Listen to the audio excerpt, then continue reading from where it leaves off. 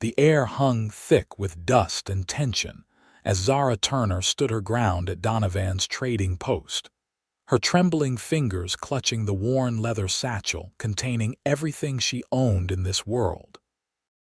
5 rough-looking men had formed a semicircle around her, their intentions clear in their hungry eyes and whiskey-soured breath. At 22, Zara had seen enough of the world to know when trouble was brewing, but in 1885 Oklahoma Territory, a woman alone had precious few defenses. "Ain't often we get something as pretty as you wanderin' into Guthrie," drawled the tallest of the bunch, a man with a pockmarked face and yellowed teeth. His hand reached out to touch a loose strand of her auburn hair. Zara stepped back, her spine pressing against the rough-hewn counter of the trading post. "I'm just passing through. I'll thank you to keep your distance." The men laughed, a sound that raised goosebumps along her arms. "Hear that, boys?"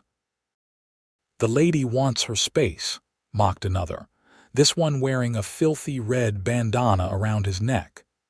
"Mighty particular for someone in your position, ain't ya?" Zara's eyes darted around the trading post, searching for help. The elderly shopkeeper had mysteriously disappeared behind a stack of flour barrels, clearly wanting no part in whatever was about to unfold. Outside, the main street of Guthrie baked under the merciless Oklahoma sun, eerily empty for mid-afternoon. "I have money to pay for my supplies," Zara said firmly, fighting to keep the quaver from her voice. "That's all I came for." The man in the bandana moved closer. "Maybe we can arrange a different kind of payment, sweetheart," his companion snickered, closing the circle tighter around her. Zara's hand slid into her skirt pocket, fingers wrapping around her small Derringer pistol. It held only 2 shots, not nearly enough for the crowd surrounding her, but she wouldn't go down without a fight. Just as the first man reached for her arm, the sharp crack of a gunshot split the air. The men froze, then spun around toward the entrance of the trading post. Silhouetted against the harsh sunlight stood a tall figure, a smoking Colt revolver pointed skyward. Dust motes danced in the shaft of light that fell across his face as he lowered the gun, revealing features that were both handsome and hard, a face shaped by sun and wind and countless miles of open country. "The lady said she's just buying supplies," he stated, his voice quiet but carrying an unmistakable edge of steel. "I suggest you boys find some other way to pass the afternoon." The pockmarked leader sneered. "This ain't your business, stranger. I'm making it my business." The man stepped fully into the trading post, the spurs on his boots jingling softly with each deliberate step. "Now, you can walk out of here under your own power, or you can try your luck against this." He twirled the revolver with practiced ease before training it on the leader's chest. For a tense moment, no one moved. Then, with muttered curses, the men began backing toward the door. "This ain't over," growled the one in the bandana as he passed the stranger. "For your sake, it better be," came the cool reply. Zara released a breath she hadn't realized she'd been holding as the last of the men slunk out of the trading post. Her rescuer holstered his weapon and turned to her, removing his hat to reveal a shock of sun-bleached brown hair. "Thomas Archer," he introduced himself with a slight bow. "Are you all right, miss?" "Turner. Zara Turner," she replied, still clutching her satchel like a lifeline. "And yes, thanks to you, I'm in your debt, Mr. Archer." His eyes, the color of the Oklahoma sky in summer, crinkled slightly at the corners. "No debt necessary, Miss Turner. Those men have been causing trouble since they rode into town 3 days ago." He glanced around the trading post. "Are you traveling alone?" The question carried no hint of impropriety, just genuine concern, but Zara hesitated before answering. Trust came at a premium in her experience, especially after everything she'd endured to get this far. "Yes," she finally admitted. I'm on my way to meet my uncle in Colorado Territory. I just stopped for supplies. Thomas Archer nodded, replacing his hat. Well, those men might be waiting to finish what they started. Once you've gathered your supplies, I'd be happy to escort you safely to wherever you're staying. The shopkeeper, apparently determining it was safe to emerge, shuffled out from behind the flour barrels. "Didn't mean no trouble, miss," he mumbled apologetically. "Them fellas are with the Carson gang. Bad business tangling with their kind." Thomas's expression darkened. "Carson gang," the shopkeeper nodded nervously, "rode in from the Kansas border. Word is they've been hitting small homesteads, taking whatever they fancy." His watery eyes shifted to Zara. "Including womenfolk, if you take my meaning." Zara felt a chill despite the oppressive heat. Her journey west had already been fraught with dangers, but she'd hoped the small but growing town of Guthrie would offer at least a brief respite. "I need to be moving on soon anyway," she said, squaring her shoulders. "If I could just purchase my supplies. You ain't planning to leave town today, are you?" The shopkeeper looked alarmed. "There's a storm brewing and nightfall ain't far off. Traveling alone would be." He trailed off, shaking his head. Thomas Archer cleared his throat. The man's right.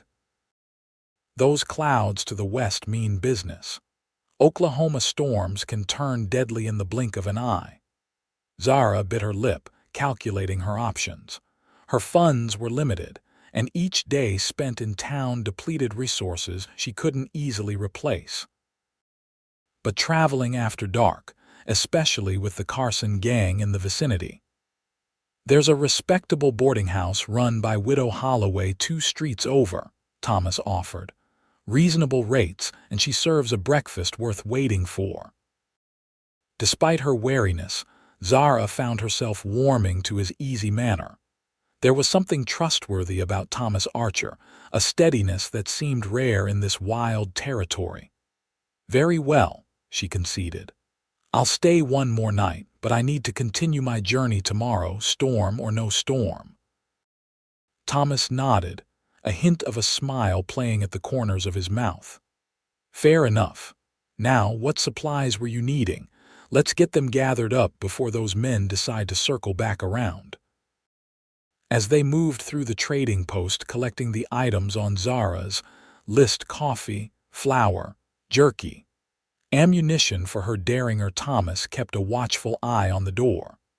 The way he positioned himself between her and the entrance wasn't lost on Zara. Few men in her experience had ever shown such consideration without expecting something in return. "What brings you to Guthrie, Mr. Archer?" she asked as the shopkeeper tallied her purchases. "Call me Thomas," he replied easily. "I've been working cattle drives between Texas and Kansas for the past few years. Decided it was time to put down some roots. Bought a small spread about 5 miles west of town." "A rancher then," he chuckled. "Trying to be. Right now it's more dirt than cattle, but I've got plans." There was something earnest in his expression that made Zara believe him. He wasn't like the smooth-talking charlatans she'd encountered in St. Louis, or the rough cowboys who viewed women as mere diversions. Thomas Archer had the look of a man with purpose. After paying for her supplies, Zara followed Thomas out onto the boardwalk. The late afternoon sun had disappeared behind ominous clouds rolling in from the west, casting Guthrie in premature twilight. The wind had picked up, sending tumbleweeds skittering down the dusty main street. "We'd best hurry," Thomas said, taking the heaviest of her parcels. "That storm's coming faster than I thought." They had only gone half a block when Zara spotted 2 of the men from the trading post loitering near an alleyway. She tensed, her hand automatically reaching for her pocket. "Easy," Thomas murmured, placing a gentle hand on her elbow. "Just keep walking. Act like you don't see them."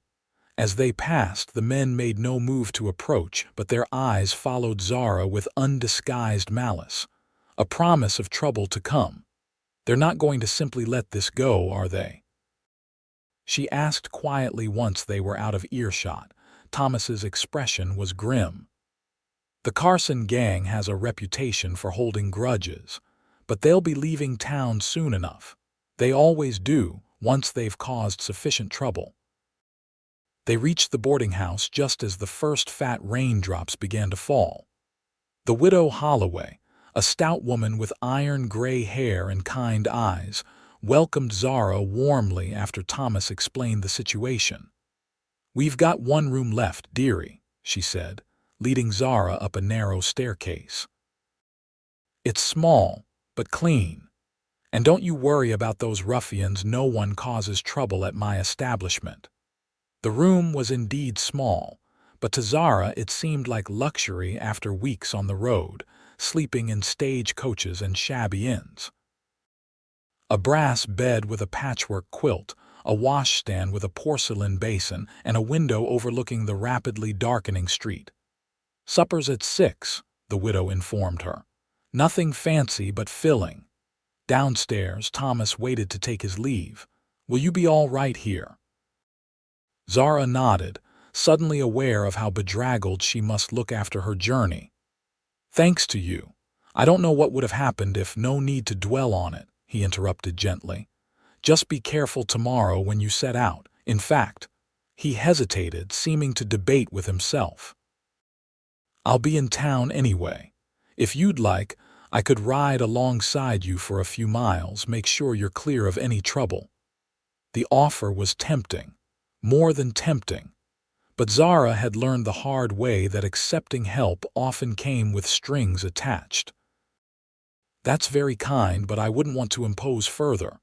Thomas shook his head. "No imposition. Like I said, I'll be in town on business anyway." He replaced his hat, preparing to brave the downpour that had now begun in earnest. "Think about it. I'll check back in the morning." With that, he was gone, stepping out into the deluge and disappearing into the storm-darkened streets of Guthrie. Zara watched from her window as lightning split the sky, illuminating the town in stark relief.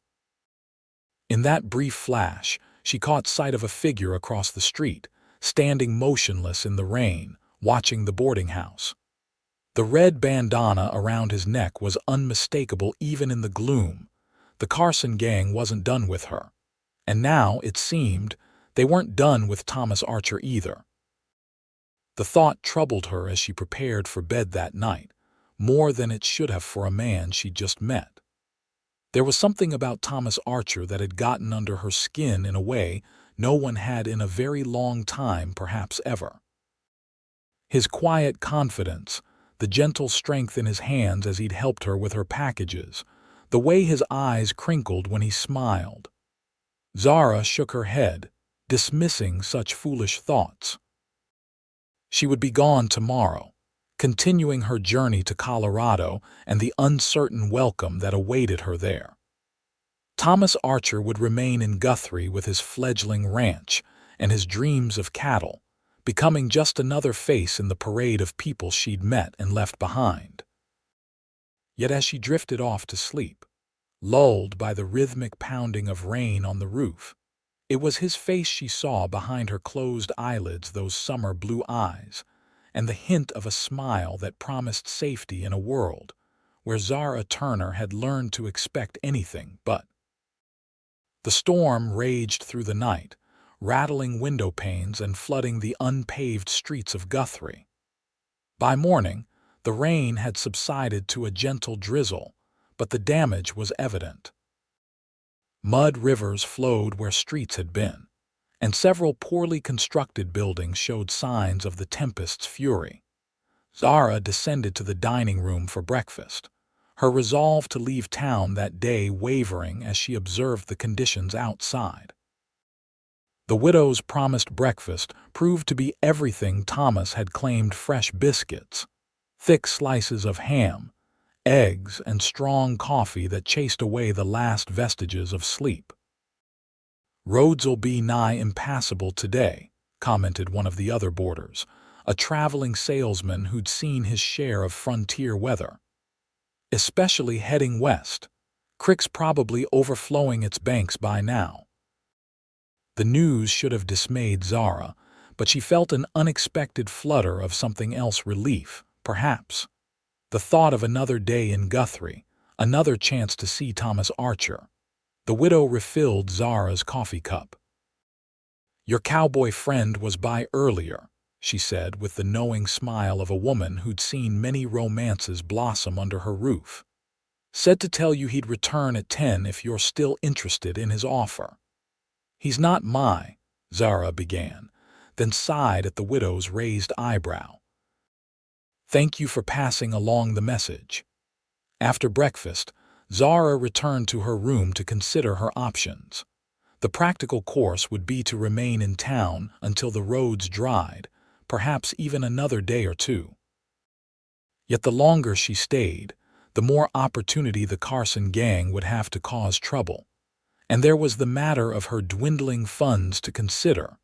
A soft knock at her door interrupted her thoughts. Expecting the widow, Zara opened it without hesitation, only to find herself face to face with Thomas Archer. "Good morning," he greeted her, hat in hand. His hair was damp from the lingering drizzle, and there was a small cut on his jawline that hadn't been there the day before. "I hope I'm not intruding." "Not at all," Zara replied, stepping back to allow him entry, then immediately questioning the propriety of having a man in her room. But Thomas remained respectfully in the doorway. "I heard about the roads," she said, gesturing toward the window and the gray day beyond. Thomas nodded. "It's bad. Miller's Creek is over its banks, and the Western Trail is washed out in at least 2 places." His expression grew serious. "But that's not the only reason I came by." Something in his tone sent a ripple of unease through Zara. "What's happened?" "There was trouble in town last night. The Carson gang hit the bank, but they were interrupted. There was shooting." He touched the cut on his jaw. "I had a run-in with them on my way back to my place." Zara gasped. "You're hurt," he dismissed her concern with a wave. "It's nothing, but they're still in town and they're looking for you." "For me? But why would they? I heard them talking at the saloon before the robbery. The one with the bandana, Jed Carson, he's taken a particular interest in you. Seems he doesn't like being shown up, especially in front of his brother." Zara sank onto the edge of the bed. "His brother, the pockmarked one. That's Elias Carson, the leader of the gang." Thomas's hand strayed to the gun at his hip, a gesture that seemed more habitual than conscious. "The marshal's organizing a posse to go after them, but until they're caught." "I'm in danger," Zara finished for him. "As are you, apparently, for getting involved." Thomas's mouth quirked in a half-smile that didn't reach his eyes. "I've been in worse spots, but I am concerned for your safety." He hesitated. "I have a proposition for you, Miss Turner." Zara tensed. Here it was the catch, the strings attached to his assistance that she'd been waiting for.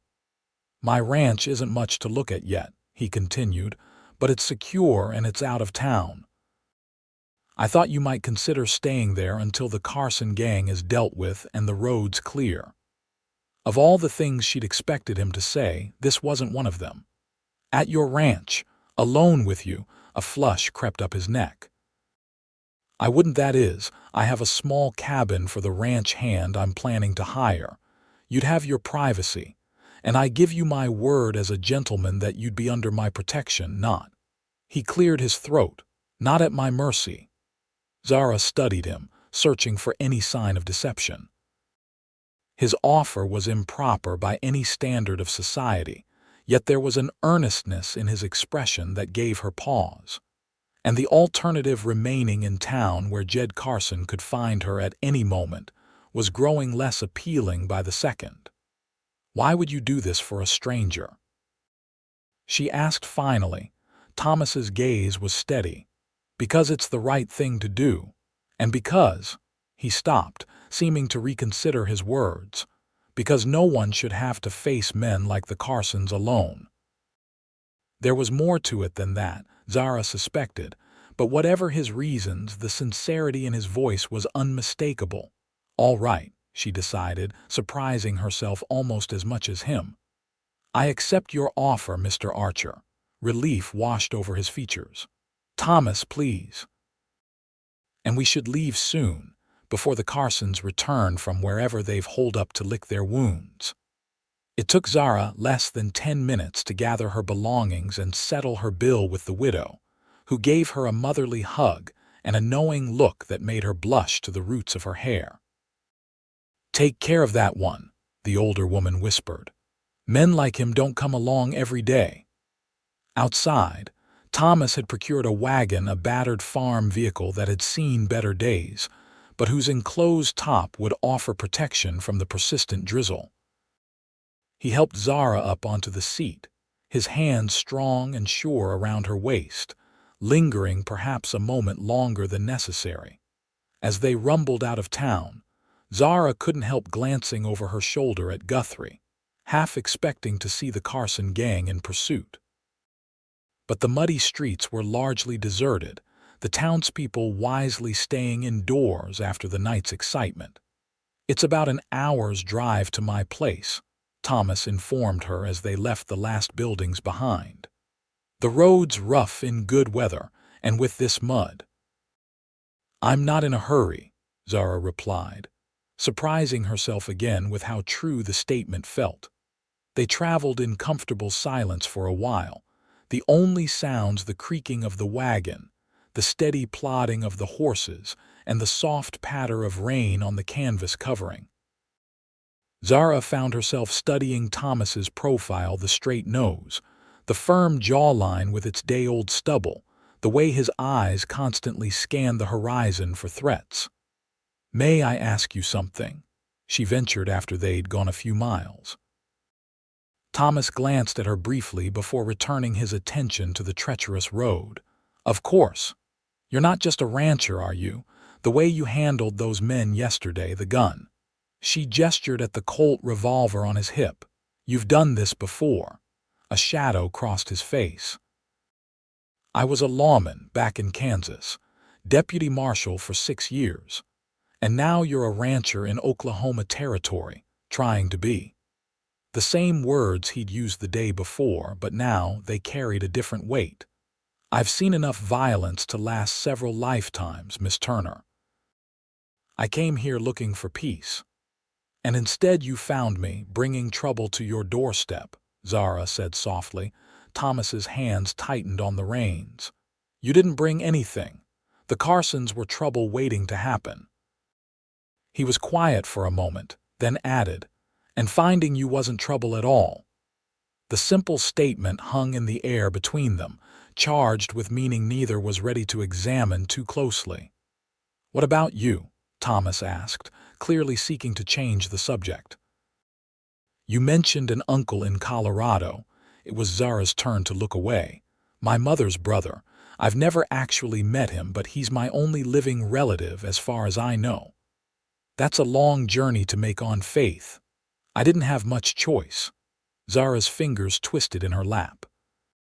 "My father died last winter. Influenza. There wasn't anything left after the debts were settled, just enough for passage west and this." She touched the gold locket at her throat, the only keepsake of her mother she possessed. Thomas nodded, understanding in his eyes. "It takes courage to start over like that. Or desperation," Zara countered. "Sometimes they are the same thing." The wagon crested a small rise, and suddenly the landscape opened up before them. Despite the gloomy weather, Zara could see for miles rolling prairie dotted with stands of oak and cottonwood, a creek swollen with rainwater winding through the valley below, and nestled against a backdrop of trees, a small cabin with smoke curling from its chimney. "Welcome to the Triple A Ranch," Thomas announced with a touch of pride. "It isn't much yet, but it's beautiful," Zara breathed and meant it. After the crowded streets of St. Louis and the dusty chaos of frontier towns, the open space and quiet solitude were like a balm to her soul. Thomas's pleased smile warmed something inside her. "Wait until you see it in sunshine. The grass turns golden in the evening light and when the wildflowers bloom. He trailed off, perhaps realizing she wouldn't be staying long enough to see such things. As they drew closer, Zara could make out more details: a small corral with 3 horses sheltering under a lean-to, a barn in the process of being expanded, and a second, smaller cabin set about 50 yards from the main house. "That'll be your lodging," Thomas said, pointing to the smaller structure. "Like I said, it's meant for a ranch hand, but it's clean and dry." He guided the wagon between the buildings and brought it to a halt near the main cabin's porch. Despite the rain, Zara could see evidence of careful planning in the layout of the ranch, the way the buildings were positioned to block the worst of the winter winds, the garden plot waiting for spring planting, the stack of lumber suggesting ongoing improvements. "You've put a lot of thought into this place," she observed as Thomas helped her down from the wagon. "A man should build with the future in mind," he replied, his hands lingering at her waist a fraction longer than necessary, "even if he's not entirely sure what that future holds." Something in his voice made Zara look up, and she found herself trapped in his gaze, the blue of his eyes intense even in the gray light of the rainy day. For a moment, neither of them moved, connected by something intangible yet powerful. The spell was broken by a crash of thunder, startlingly close. Thomas released her and turned his attention to unhitching the horses. "You should get inside before this picks up again," he advised. "I'll bring your things to the small cabin once I've seen to the team." Zara hurried toward the indicated building as the drizzle turned once more into a downpour.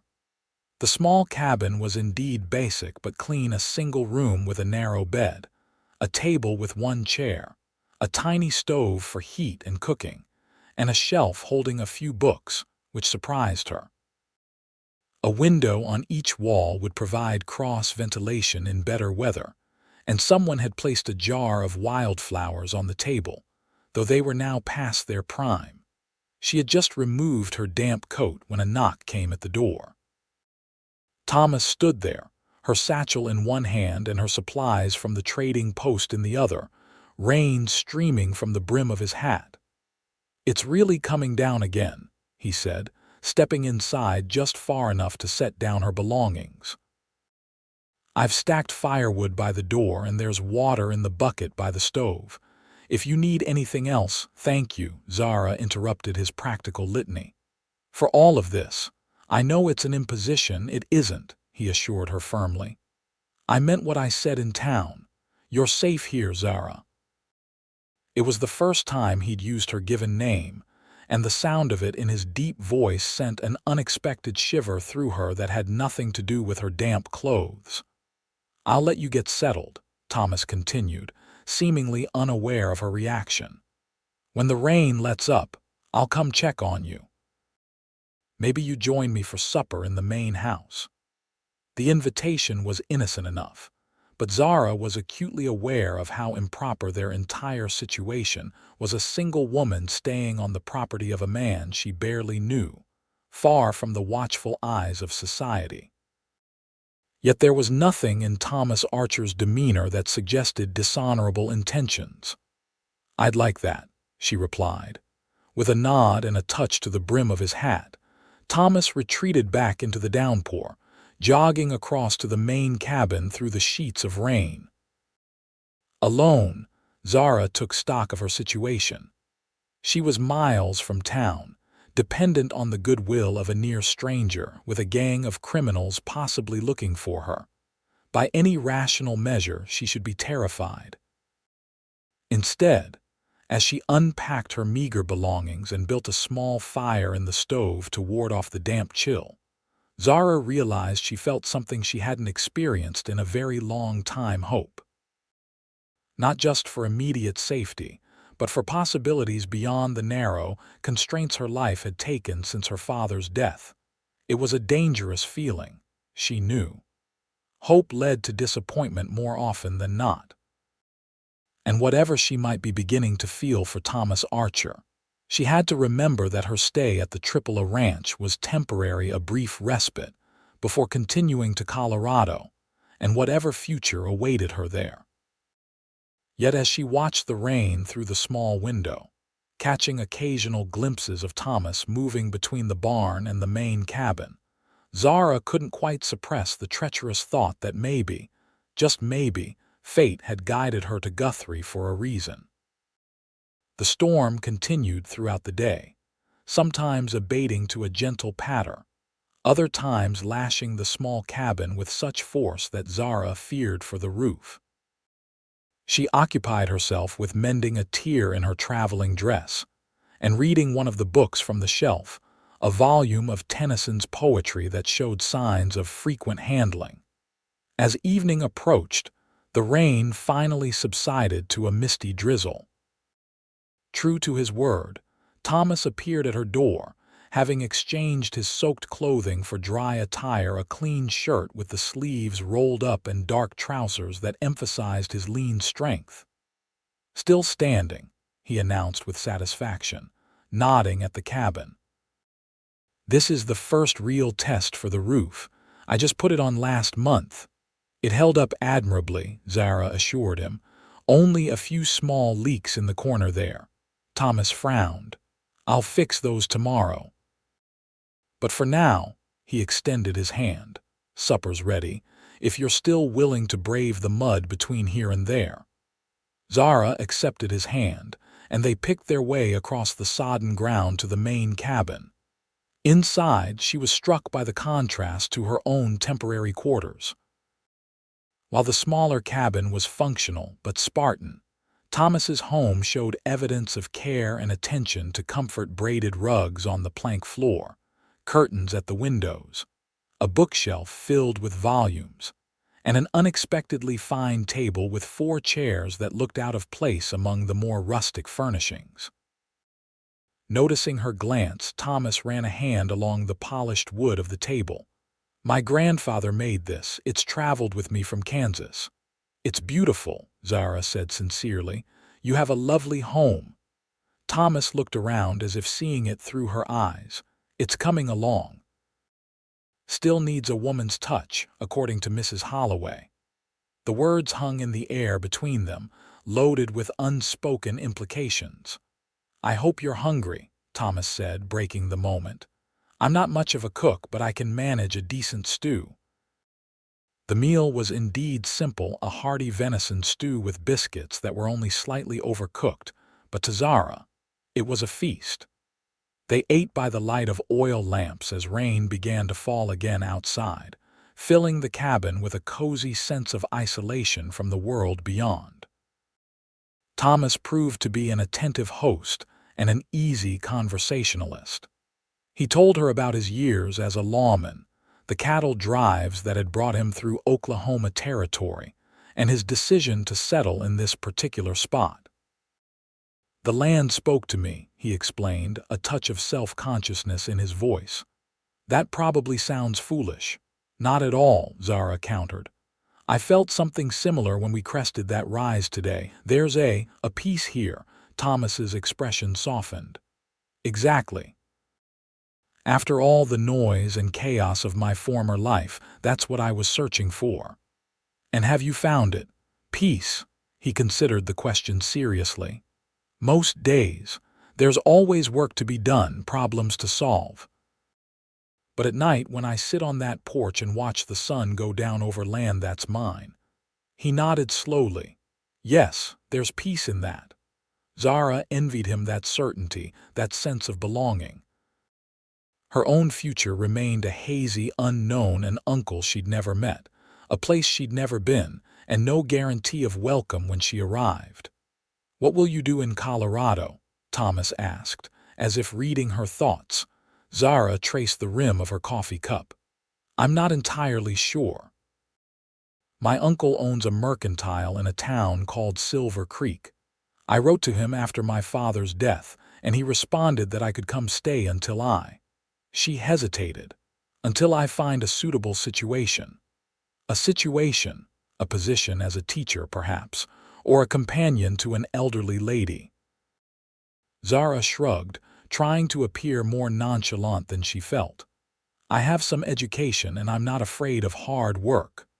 Thomas studied her across the table, his gaze disconcertingly perceptive.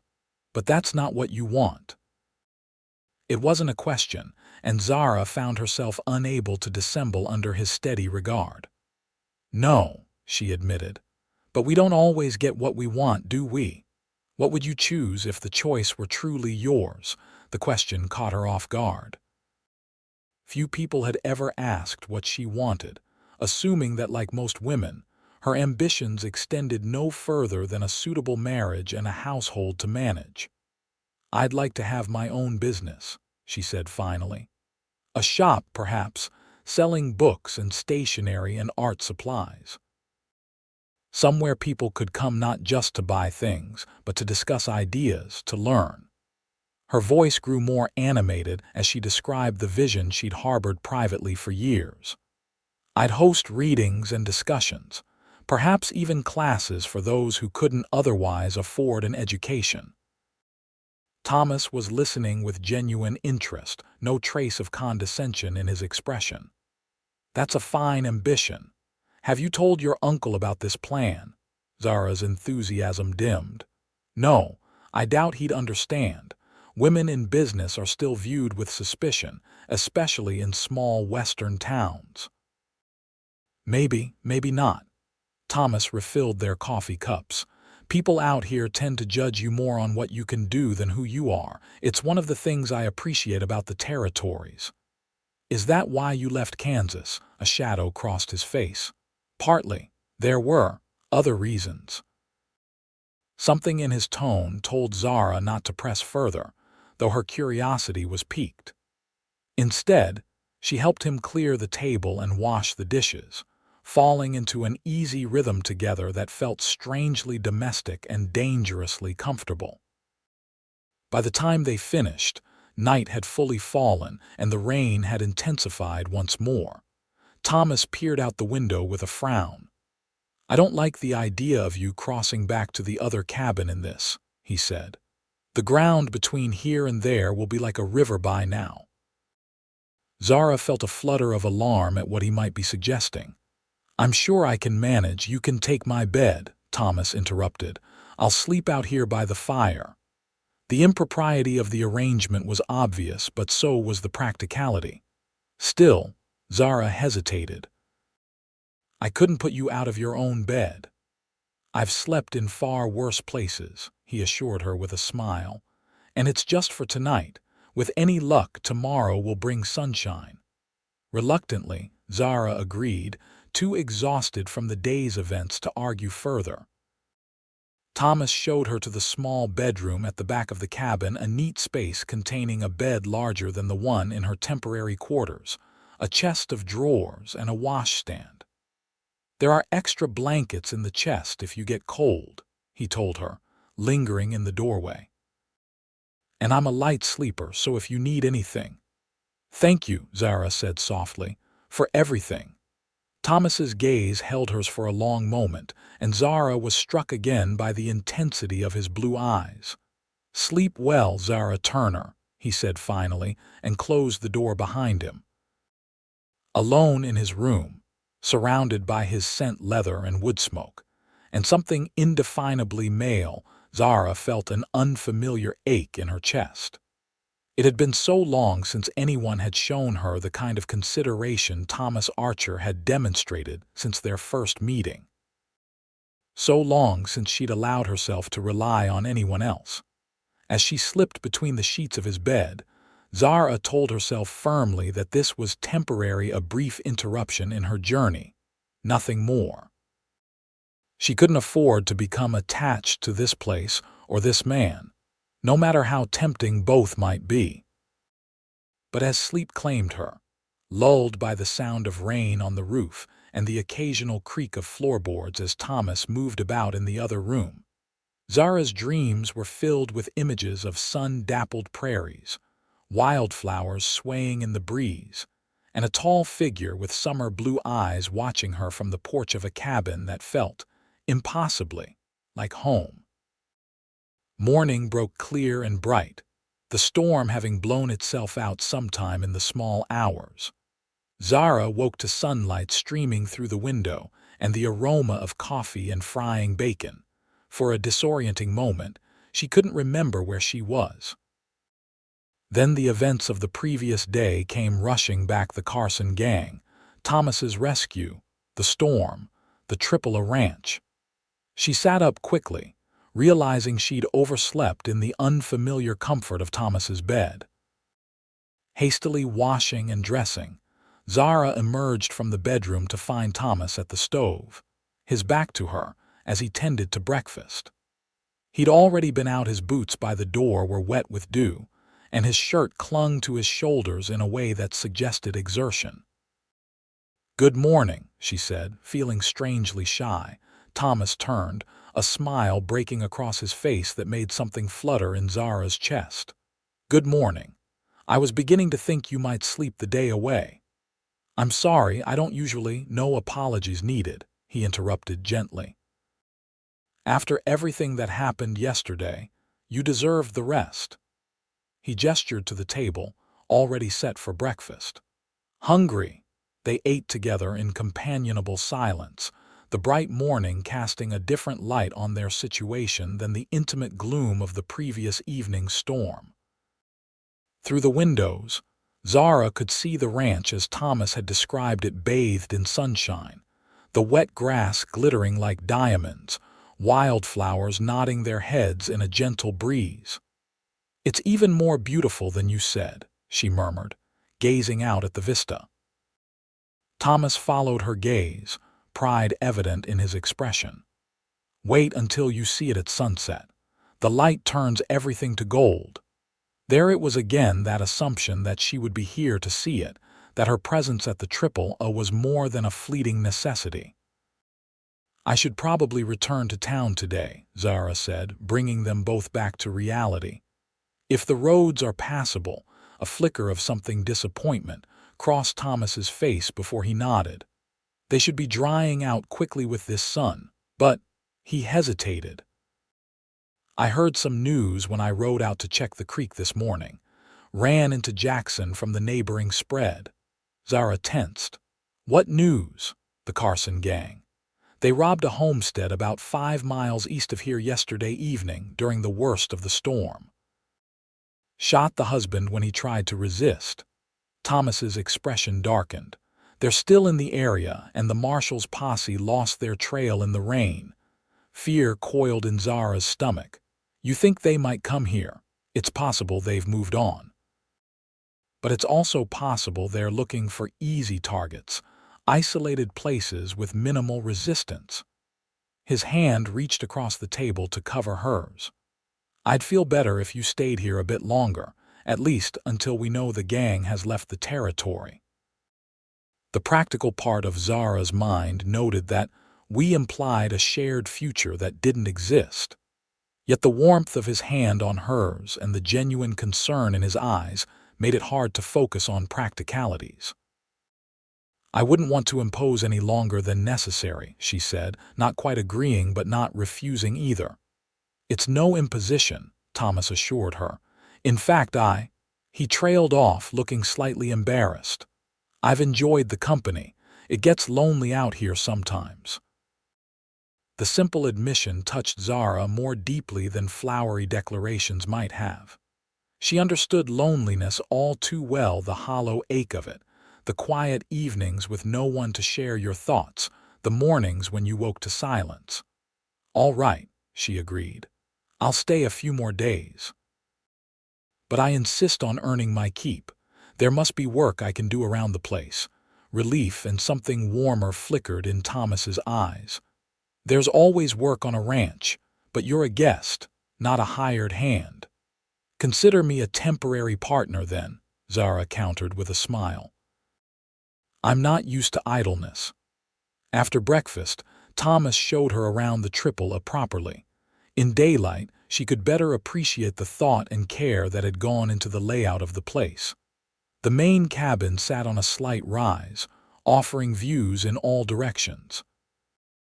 The barn, though still under construction, was positioned to block the worst of the north wind. A kitchen garden was taking shape near the smaller cabin, and beyond it, Thomas pointed out the boundaries of what would eventually be a larger agricultural plot. For corn and winter wheat, he explained. I want the ranch to be as self-sufficient as possible. How many cattle do you have? Zara asked, noting the empty pasture island that stretched toward a line of trees marking the creek. 20 head to start. They are on the north pasture now, but I'll bring them closer to the buildings once the grass there recovers from the rain. Pride colored his voice as he added, I've got my eye on a bull from a breeder in Kansas. With good stock and careful management, I could triple the herd within a few years. His enthusiasm was infectious, and Zara found herself caught up in his vision for the place. They spent the morning touring the property, Thomas pointing out improvements he planned to make, Zara offering suggestions that he received with genuine interest, rather than the dismissive politeness she'd come to expect from men when women ventured opinions on male matters. By midday, they'd worked their way back to the cabins, where Zara insisted on preparing lunch from their combined supplies. As she moved about the small kitchen in the main cabin, she was acutely aware of Thomas watching her from the table where he was mending a piece of tack. You're staring, she noted without looking up from the simple meal she was assembling. Am I? There was a smile in his voice. I suppose I am. It's just... Zara glanced over her shoulder, raising an eyebrow in silent question. Thomas set aside his work, suddenly serious. You fit here, Zara Turner, like you belong. The simple statement stole her breath, because in the most unsettling way she felt it too, this sense of rightness, of belonging that had eluded her for so long. But it was a dangerous feeling, one that could lead to hopes she couldn't afford to nurture. I'm still planning to continue to Colorado, she reminded him, turning back to her task to hide the conflict in her expression. I know. His voice was closer now. He'd risen from the table and moved to stand behind her, not touching, but near enough that she could feel the warmth of him. I'm just saying, there are other possibilities. Zara's hand stilled on the loaf of bread she was slicing. Thomas. You don't have to decide anything now, he said quickly. I'm not asking for that, just keep your mind open to possibilities. Before she could respond, the distant sound of hoofbeats interrupted the moment. Thomas moved instantly to the window, his posture tensing as he peered out. Riders coming, he said, voice dropping to the cool, professional tone she imagined he'd used as a lawman. 3 of them. Zara's heart lurched. The Carsons. Thomas squinted against the sunlight. Can't tell yet, but whoever it is, they're in a hurry. He crossed to the gun rack on the wall, removing a rifle and checking its load with practiced efficiency. Stay inside, he instructed, all warmth gone from his voice. If there's trouble, go out the back and make for the creek bed. Follow it downstream until you reach Jackson's place, about 2 miles. He'll help you. I'm not leaving you to face them alone, Zara protested. Thomas's expression softened momentarily. I appreciate the sentiment, but this isn't your fight. It became my fight the moment Jed Carson decided to target me at the trading post, Zara countered, reaching for the small derringer in her pocket. I'm not helpless, Thomas. A ghost of a smile touched his lips. I never thought you were. He handed her a box of ammunition from a drawer. But I'd still feel better if you stayed out of sight until we know who our visitors are. Reluctantly, Zara agreed, moving to position herself near the back door where she could flee if necessary, but still observe what transpired. Thomas stepped onto the porch, rifle held casually but ready, and waited as the riders approached.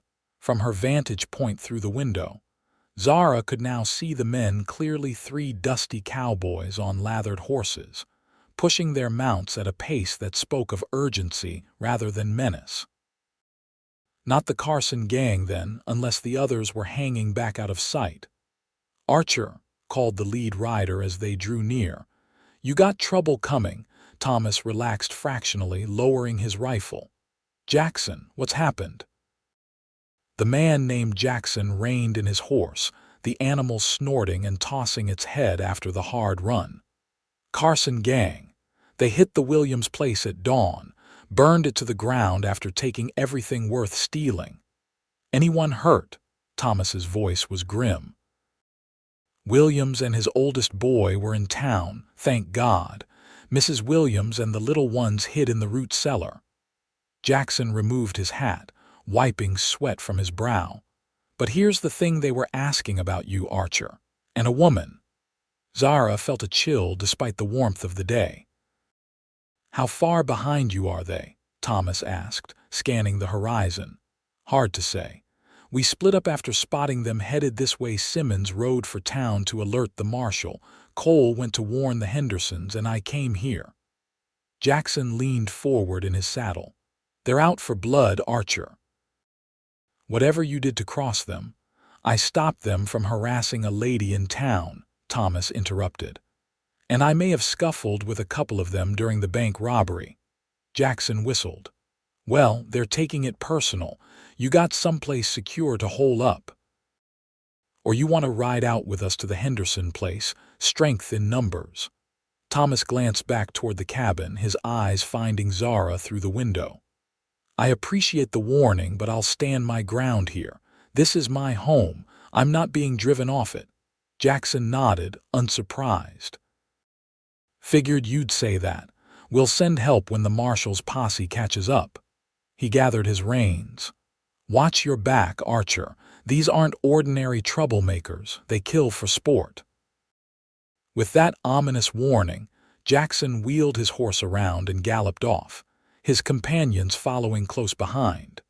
Thomas remained on the porch for a long moment after they disappeared from sight, scanning the horizon in all directions before returning inside. "You heard?" he asked Zara, though it wasn't really a question. She nodded, throat dry with fear, not for herself, she realized, but for him. "They're coming here specifically, because of me." "Because I interfered with them," Thomas corrected her. "This isn't your fault, Zara. If I hadn't been at the trading post that day, then they would have found some other excuse for violence," Thomas interrupted firmly. "Men like the Carsons don't need reasons, just opportunities." He began moving through the cabin with purpose, checking windows, gathering ammunition, his lawman's training evident in every efficient movement. "What are you going to do?" Zara asked, watching him prepare for what seemed an inevitable confrontation. Thomas paused, considering. "We have options. We could try to outrun them, make for town or the Henderson place like Jackson suggested." "But you don't want to run," Zara observed. He met her gaze steadily. "No, I don't. I've been running in one way or another for too long already." Something in his tone suggested deeper waters than their brief acquaintance had revealed, old wounds, perhaps, or unfinished business from his past. "Then we stay and fight," Zara said, decision made. Thomas shook his head. "Not we. I want you to take one of the horses and ride for town." "The marshal's posse would never get here in time," Zara finished for him. "And I told you before, I'm not helpless." She squared her shoulders. "Besides, 2 guns are better than 1. For a moment, Thomas looked like he might argue further. Then, to Zara's surprise, he nodded. "All right. But we do this my way. I need to know you'll follow my lead if things get complicated." "I will," she promised, recognizing the wisdom in deferring to his experience in this situation. The next hour passed in tense preparation. Thomas moved supplies from the smaller cabin to the main house, boarding up windows on the vulnerable sides, creating defensive positions at strategic points. Zara helped where she could, filling water buckets, loading spare firearms, arranging furniture to provide cover if shooting started. "How many do you think there are?" she asked as they worked. Jackson mentioned 5 at the Williams place. "The Carson gang usually runs about 8 men total, from what I've heard." Thomas's expression was grim as he checked the action on another rifle. "But they might have split up after the bank robbery. Hard to say how many we're facing." The casual "we" wasn't lost on Zara, nor was the implication that they were now partners in this dangerous situation. Despite the fear gnawing at her insides, she felt an odd sense of, not quite happiness, but rightness. Here, preparing to defend Thomas Archer's home alongside him, she felt more alive and purposeful than she had in years. By mid-afternoon, they'd done all they could to prepare. Thomas insisted Zara eat something, can't shoot straight on an empty stomach, and they shared a simple meal of bread, cheese, and cold venison from the previous night's stew. "Tell me something," Thomas said as they ate, his eyes never stopping their vigilant scan of the horizon visible through the windows. "This uncle in Colorado, are you certain he's expecting you?" The question caught Zara off guard. "He replied to my letter," she said carefully. "He didn't explicitly invite me, but he didn't forbid my coming either." Thomas frowned. "That's not much of a welcome." "It's all I have," Zara admitted. "Why do you ask?" His gaze shifted to her, intent and serious. "Because I'm trying to understand why you're so determined to continue a journey to an uncertain reception when—" He stopped, seeming to reconsider his words. "When what?" Zara prompted, heart suddenly racing for reasons that had nothing to do with the threat of the Carson gang. Thomas set down his plate, turning to face her fully. "When you could stay here, with me." The words hung in the air between them, charged with meaning and possibility. Zara stared at him, unable to formulate a response past the rushing in her ears. "I know it's sudden," Thomas continued when she remained silent. "We've known each other barely 2 days." But the distant crack of a rifle shot cut off whatever he'd been about to say. Thomas was on his feet instantly, moving to the window with the fluid grace of a predator. "They're here," he said grimly. "At least 6 of them, coming from the east." The moment that pivotal, life-altering moment was gone, swept away by the approaching danger. Yet Zara found herself strangely calm as she took up position at another window, derringer in hand, a loaded rifle propped against the wall beside her. "Remember," Thomas instructed, his voice steady, "if it comes to shooting, aim for the center of the body. Don't try for fancy shots. And if I tell you to run, you run. No arguments." Zara nodded, though privately she had no intention of leaving him to face the Carson gang alone, no matter what happened. Through her window, she could now see the riders approaching a ragged line of men on horseback, moving with the casual confidence of predators who expected little resistance. At their center rode 2 figures she recognized from the trading post: Jed Carson with his red bandana, and beside him, his pockmarked brother Elias. They drew up about 50 yards from the cabin, just out of effective rifle range. Elias Carson raised a hand and the group halted. "Archer," he called, his voice carrying clearly in the still afternoon air. "We got business with you." Thomas moved to the front door but didn't open it. "State your business from there, Carson." A ripple of laughter ran through the gang at his caution. Elias Carson spat into the dust. "You interfered with my boys at the trading post. Then you put a bullet in my cousin during the bank job." "Your cousin was robbing the bank," Thomas replied evenly. "And your boys were harassing an innocent woman. You're lucky all I did was interfere." Jed Carson urged his horse forward a few paces. "Where is she?" "The redhead from the trading post. We know she's here." Thomas's hand tightened on his rifle. "Leave now, Carson. Take your men and ride out of the territory. The marshal's posse is already on your trail." "The marshal's posse is chasing shadows 20 miles south of here," Elias countered with a harsh laugh. "By the time they figure out they've been led on a wild goose chase, we'll be long gone." His voice hardened. But first, we're going to teach you a lesson about minding your own business. And then we're going to have some fun with your lady friend." Zara's blood ran cold at the threat, but Thomas's expression remained impassive. "Last chance to ride away, Carson," he called. "Next man who comes closer gets a bullet." For answer, Jed Carson drew his pistol and fired in one smooth motion. The shot went wide, splintering wood near the cabin's roof, a warning, not a serious attempt to hit anyone. "That's how it's going to be then," Thomas murmured, almost to himself. To Zara, he said, "Stay low and don't shoot unless you have a clear target. They're trying to draw us out." The standoff continued for several tense minutes, with occasional shots fired from both sides, the Carsons trying to provoke a response, Thomas conserving ammunition and waiting for them to make a mistake. Then, at some unseen signal, the gang suddenly split up. 3 riders circled to the left, 3 to the right, clearly intending to surround the cabin. "They're trying to flank us," Thomas said grimly. "Watch that side window. If anyone gets close enough, don't hesitate." Zara nodded, moving to cover the indicated position. Her hands were steady despite the fear coursing through her veins.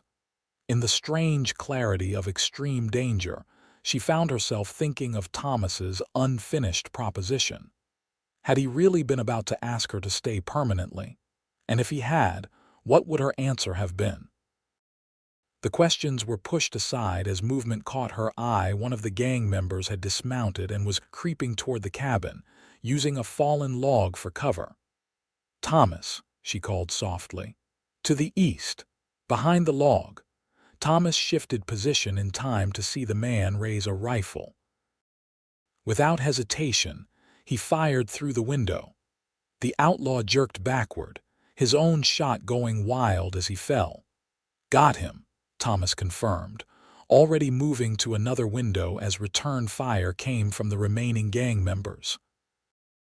Bullets thudded into the cabin walls and shattered one of the boarded windows, sending splinters flying. Zara ducked as glass rained down nearby.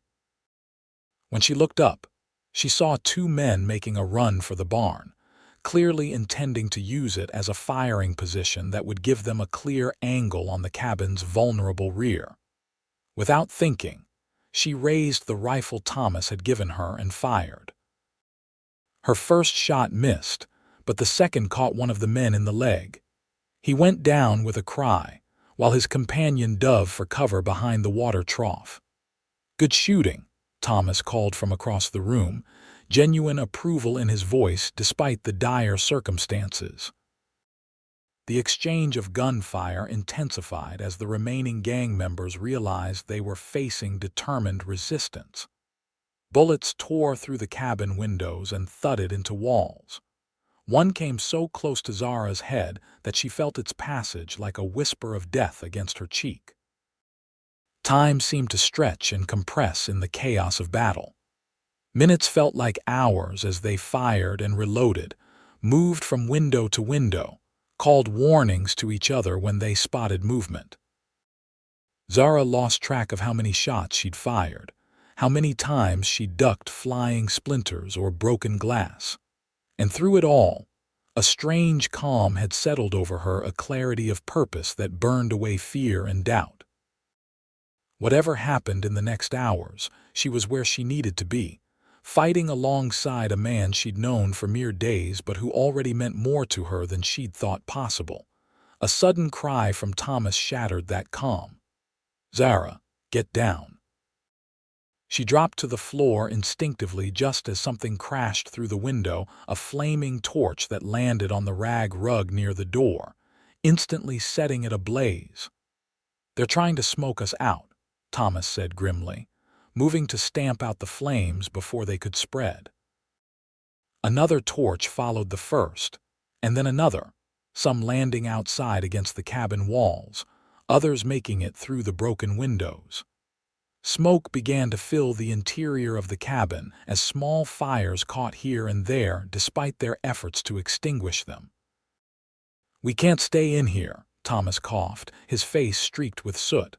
"They'll burn us alive." Zara knew he was right. Already the smoke was making it hard to breathe, and the heat was intensifying as more of the cabin's wooden structure caught fire. "The barn," she suggested between coughs. Thomas shook his head. "Too obvious. They'd expect that." He paused, thinking rapidly. "The creek bed. If we can reach it, there's a stand of trees that provides good cover. From there we might be able to circle around behind them." It was a desperate plan, but Zara couldn't see any alternatives. The cabin was becoming uninhabitable by the second, and staying meant certain death either from smoke or bullets when they were finally forced outside. "On my signal," Thomas instructed, moving to the rear door which faced away from where most of the gang had positioned themselves. "We run for the creek. Don't stop for anything. Don't look back. Just run. I'll be right behind you." Zara nodded, gathering herself for the sprint across open ground that would leave them terribly exposed. Thomas checked his revolver one last time, then positioned himself by the door, ready to provide covering fire. "Ready?" he asked, his eyes meeting hers across the smoke-filled room. In that moment, Zara saw something in his gaze that transcended their desperate situation, a promise, a question, a future hanging in the balance. "Ready," she confirmed, answering more than just his immediate query. Thomas threw open the door. "Now, run." Zara burst from the burning cabin into the late afternoon sunlight, legs pumping as she made for the line of trees marking the creek bed about 200 yards away. Behind her, she heard the crack of Thomas's revolver as he fired at their attackers, followed by the deeper boom of return fire from the Carson gang. The open ground seemed to stretch endlessly before her. Each step felt like an eternity, each breath a desperate prayer that the next wouldn't be punctuated by the impact of a bullet. Halfway to the trees, Zara risked a glance over her shoulder. Thomas was behind her as promised, running in a zigzag pattern to make himself a more difficult target. But behind him, the main cabin of the Triple-A ranch was now fully engulfed in flames, black smoke billowing into the clear blue sky. The sight sent a pang through her heart. All his hard work, his dreams for the future, going up in smoke because he had chosen to protect her. A bullet kicked up dirt near her feet, snapping her attention back to their immediate survival. Zara redoubled her pace, lungs burning from exertion and the smoke she'd inhaled. The trees were closer now, maybe 50 yards away. She could make out individual trunks, branches reaching out like welcoming arms. 40 yards. 30. She could hear shouts from the Carson gang, the thunder of hooves as some of them mounted up to pursue. 20 yards. The ground began to slope downward toward the creek bed. 10 yards. The first trees were just ahead, offering the promise of cover and concealment. And then she was there, plunging into the welcome shade of the cottonwoods, sliding down the steep bank to the creek itself, which was still running high from the recent rains. Zara turned, ready to help Thomas make the final descent, but he wasn't there. Panic surged through her as she scanned the open ground they'd just crossed. And then she saw him down on one knee about 15 yards from the tree line, one hand pressed to his side, the other still gripping his revolver as he fired at the pursuing riders. "Thomas!" Zara screamed, starting back up the bank toward him. He looked up at her cry, his face a mask of determination despite the pain evident in his eyes. "Stay there," he shouted. "I'm coming." With visible effort, Thomas pushed himself to his feet and staggered the remaining distance to the trees. Zara met him at the top of the bank, slipping an arm around his waist to support him as they half slid, half fell down to the creek bed below.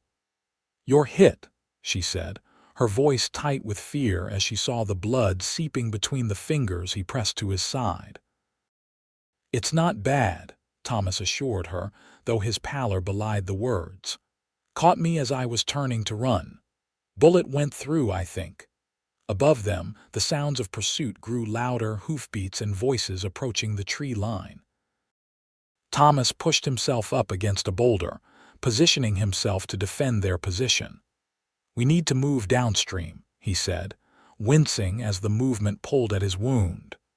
"There's a bend about a quarter-mile down where the creek cuts under an overhang. Good defensive position."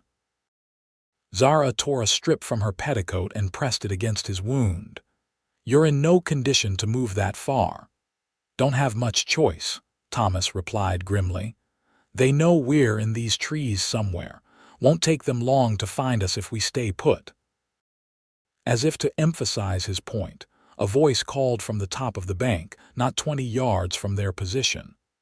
They went down to the creek, spread out and find them. Thomas met Zara's eyes, his expression leaving no room for argument. She nodded, helping him to his feet. Together, they began making their way downstream, staying low in the creek bed where the high banks provided some cover from searching eyes above. The going was slow and treacherous. The recent rain had left the ground sodden and slippery, and Thomas was clearly struggling despite his attempts to hide it. Twice he stumbled, and by the third time, Zara was practically carrying him, his arm draped heavily across her shoulders. Behind them, they could hear the Carson gang searching the tree line, occasionally firing into the underbrush in hopes of flushing them out. But the dense vegetation and the gurgling of the swollen creek helped mask their progress, and gradually the sounds of pursuit grew more distant. Finally, they reached the bend Thomas had mentioned. The creek had carved out a hollow beneath an overhanging bank, creating a natural shelter about 4 feet high and 10 feet deep. Tangled roots from the trees above hung down like a curtain, further concealing the entrance. Zara helped Thomas into this natural hideaway, easing him down onto the relatively dry ground at the back of the hollow.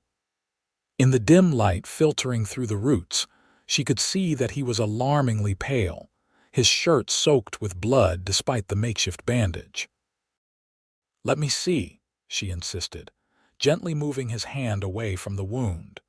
Thomas didn't resist, a sign of weakness that worried her more than the injury itself. The bullet had indeed gone through, leaving an entry wound on his right side and an exit wound on his back. Neither seemed to have hit anything vital, no bright arterial blood.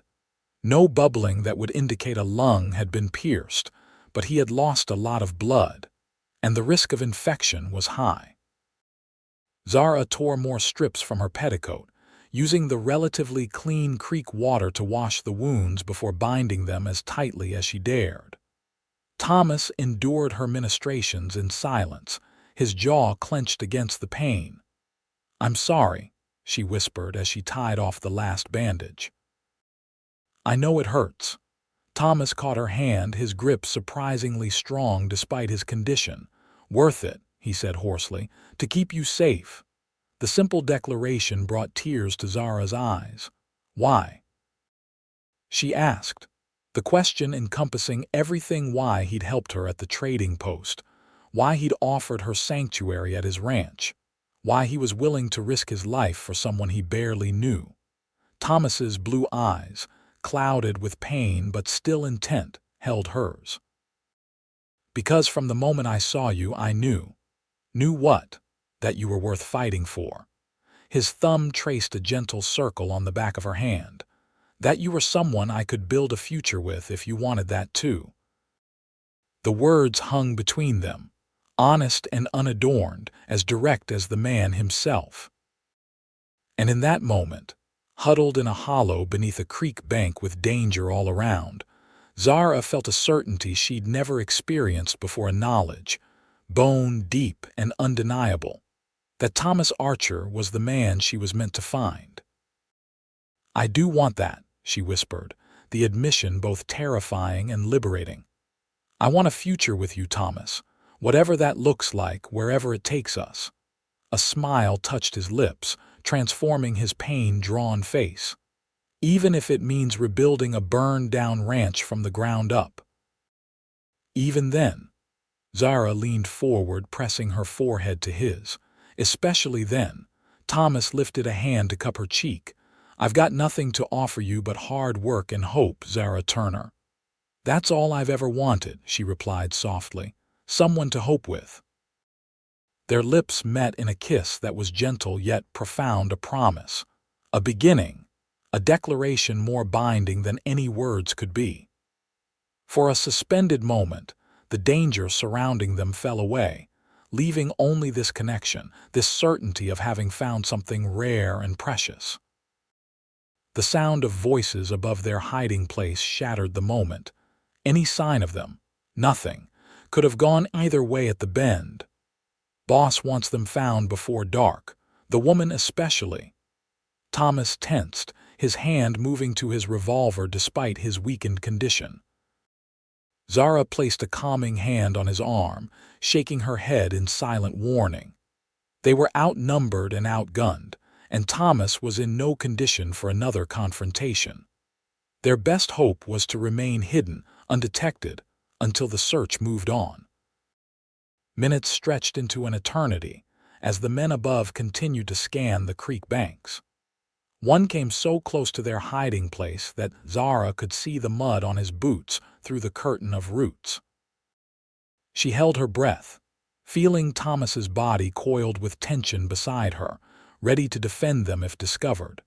Finally, the voices receded, moving upstream in the direction they'd already searched. Zara released her breath in a shuddering sigh.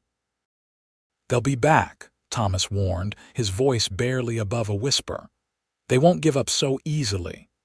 "What do we do?" Zara asked, keeping her voice equally low. "You're in no condition to travel far, and they are between us and town." Thomas was silent for a long moment, clearly weighing their limited options. "After dark," he said finally. "We move after dark, head downstream to Jackson's place. It's our best chance."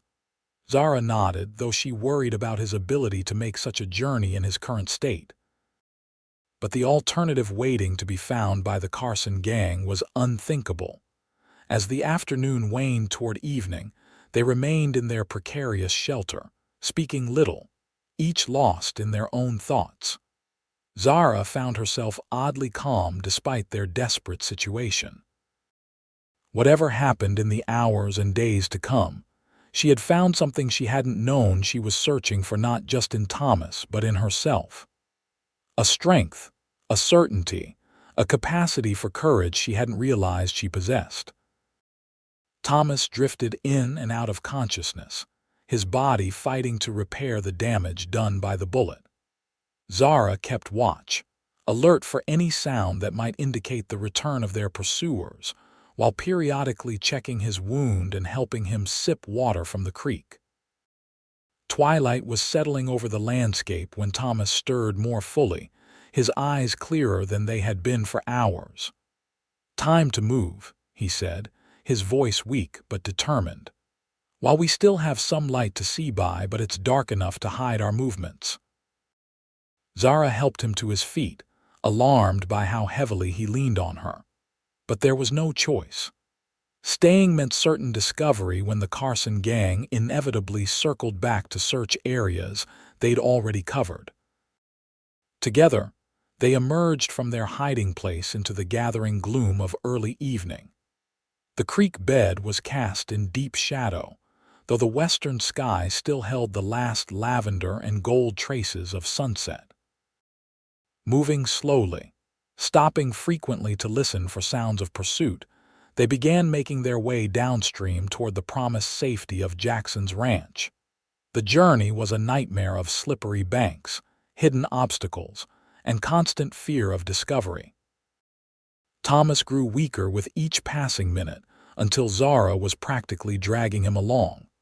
Twice they had to duck into the shadows as riders passed nearby, the Carson gang still searching despite the fading light. "Can't go much further," Thomas gasped after nearly an hour of their painful progress. His face was gray with exhaustion and pain, his shirt soaked through with fresh blood where the exertion had reopened his wound.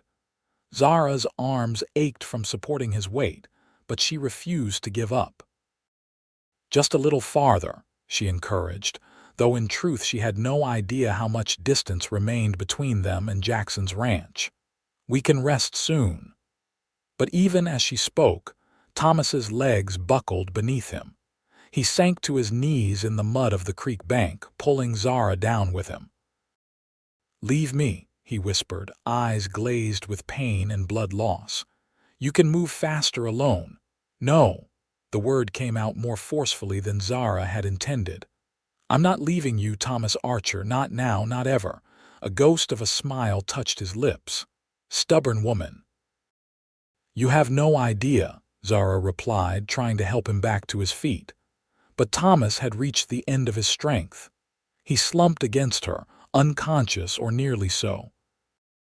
Panic threatened to overwhelm Zara as she knelt there in the gathering darkness, holding the man she had come to love in what felt like mere moments of shared danger and connection. She couldn't carry him. She couldn't leave him. And staying put meant eventual discovery by the men hunting them. A twig snapped nearby, the sound sharp in the evening stillness.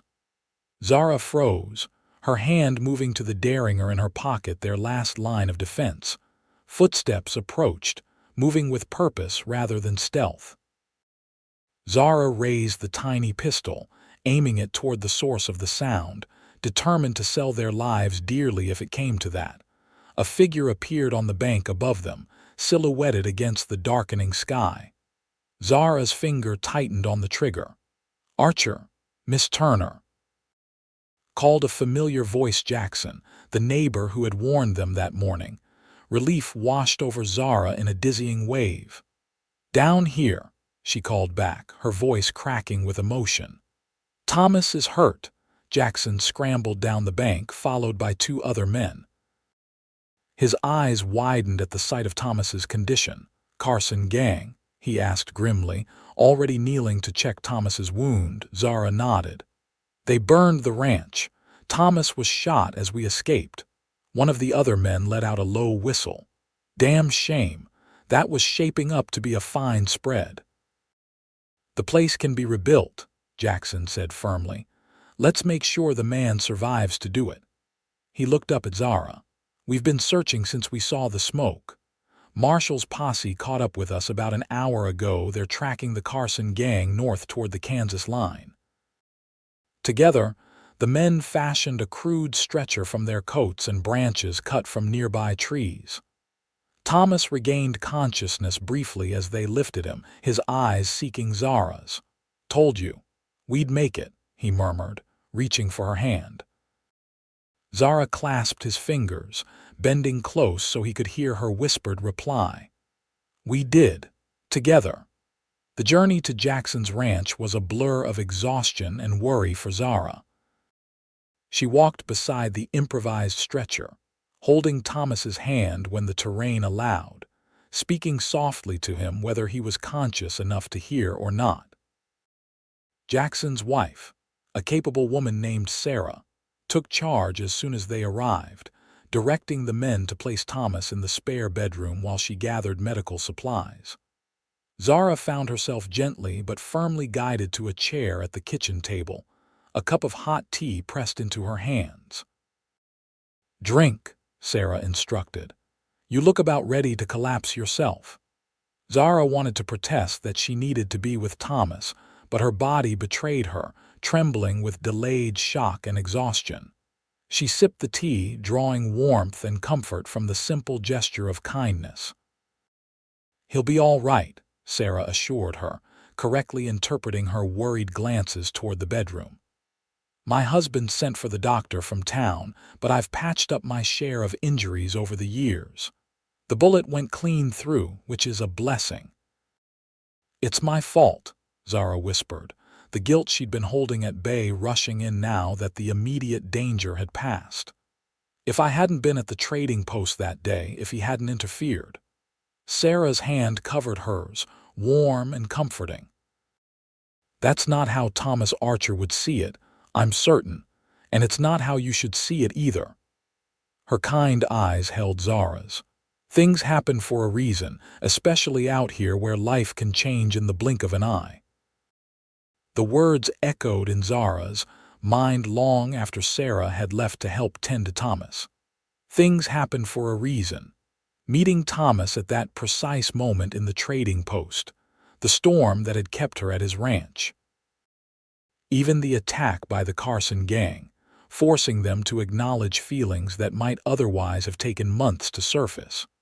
For the first time since her father's death, Zara felt a sense of purpose, of belonging, that went beyond mere survival. Whatever the future held, rebuilding the ranch, creating a life together, facing the inevitable challenges that would come, she knew with bone-deep certainty that she had found her place in the world. Not in Colorado with an uncle she'd never met, but here in Oklahoma territory, with a man who had risked everything to protect her and who saw in her not just a woman to be sheltered, but a partner to stand beside him. The doctor arrived shortly before midnight, a grizzled old man with gentle hands and a gruff manner.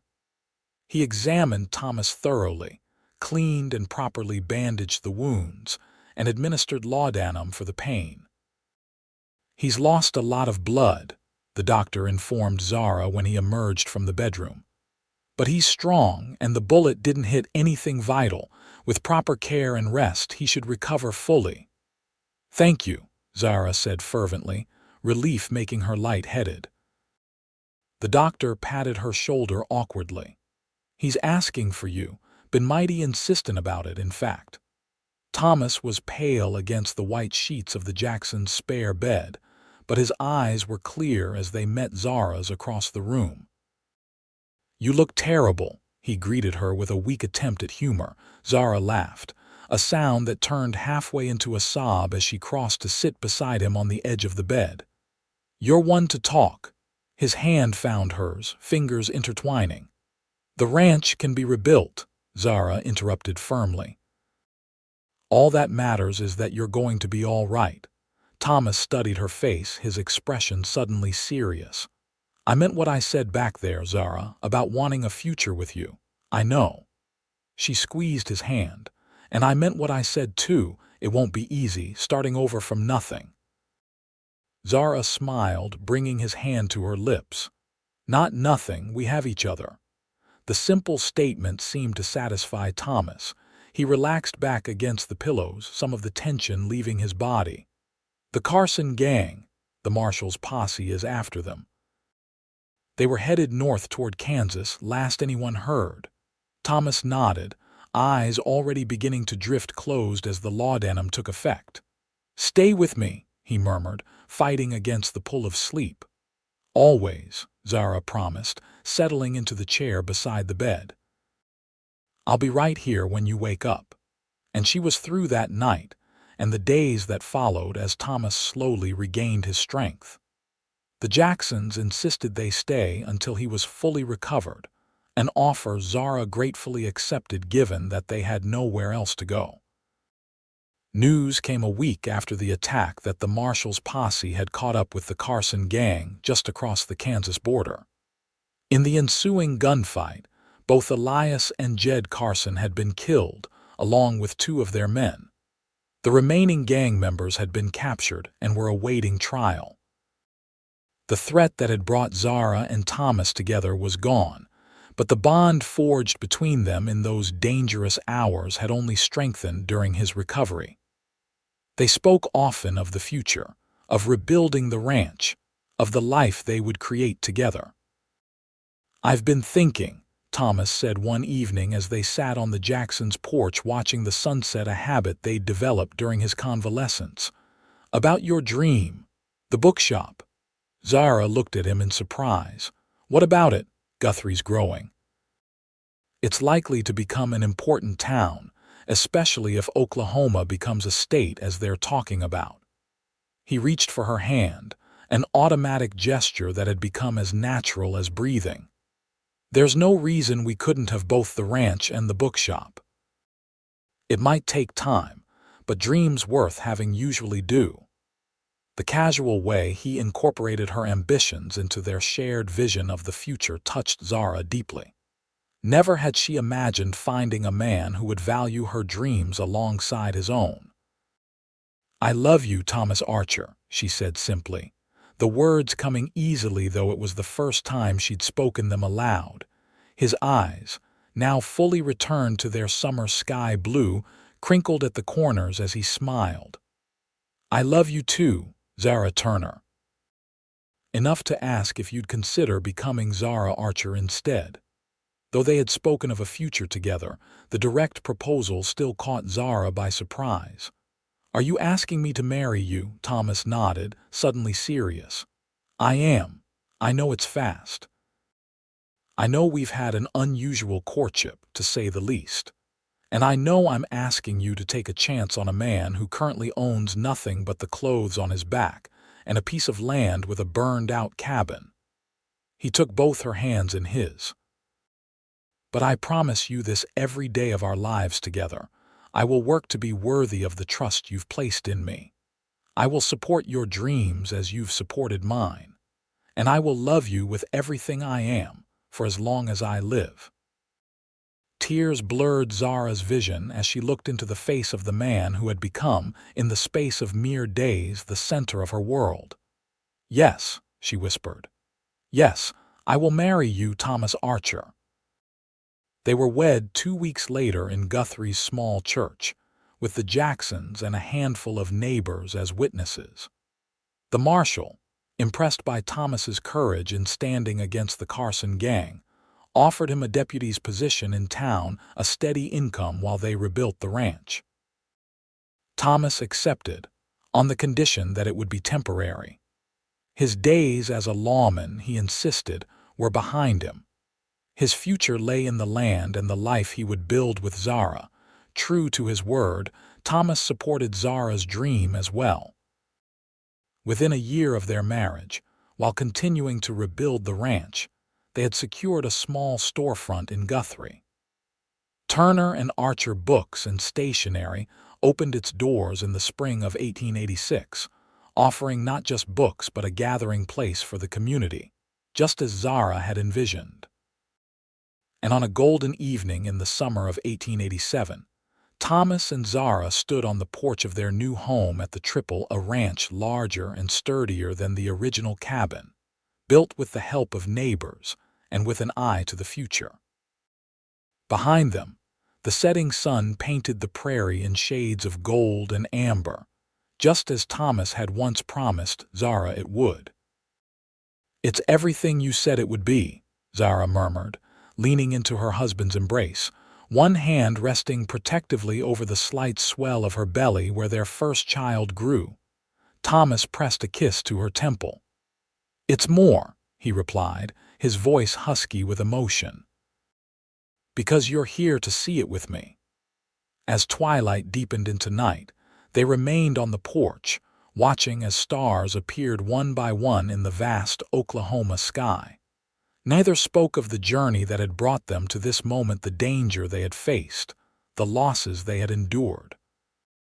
Those memories, though never forgotten, had been transformed by the life they'd built together. From a chance encounter at a trading post had grown a love strong enough to withstand bullets and fire, rebuilding and renewal. A love that would continue to grow and deepen through the years ahead, as surely as their ranch would prosper and their family would expand. And all because a cowboy had fired a warning shot and cleared away the men who threatened a woman he didn't yet know but was destined to love for the rest of his days.